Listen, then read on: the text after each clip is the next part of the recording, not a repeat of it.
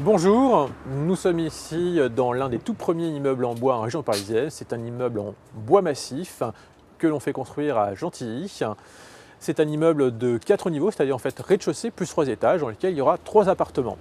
On va voir de façon très explicite comment réaliser l'étanchéité à l'air d'une fenêtre. Donc j'ai demandé à Guillaume de nous montrer comment on fait cette étanchéité. Donc, une fois que le cadre du bloc complet est fixé et vissé directement dans le mur, on va procéder à l'étanchéité proprement dite. L'étanchéité qui doit être une étanchéité à l'eau et une étanchéité à l'air, d'accord ? L'étanchéité à l'eau, évidemment, contre la pluie, pour protéger le bois, et à l'air, pour les performances thermiques du bâtiment.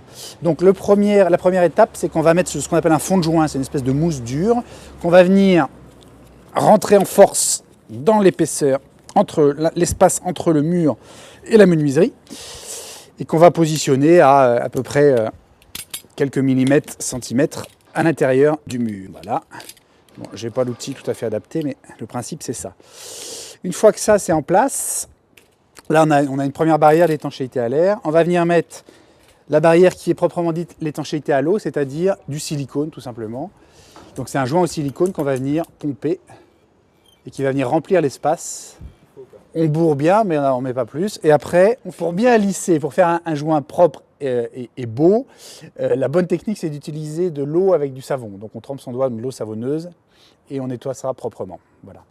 Donc il faut laisser sécher le joint une journée, le silicone une journée pour que la polymérisation se fasse correctement. Donc voilà une fenêtre avec le joint complet fait proprement.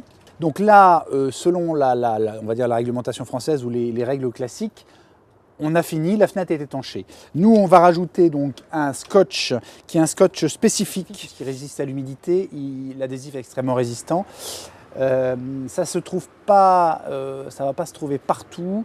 Il faut aller voir chez des négociants matériaux, particulièrement des négociants en bois qui vont avoir ce type de produit. Mais on ne trouvera pas forcément ça dans les grandes surfaces bricolage par exemple.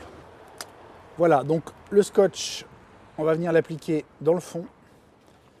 Alors il faut trouver la bonne technique. Voilà. C'est un scotch qui est très très rigide, très très résistant, donc il faut y aller comme il faut.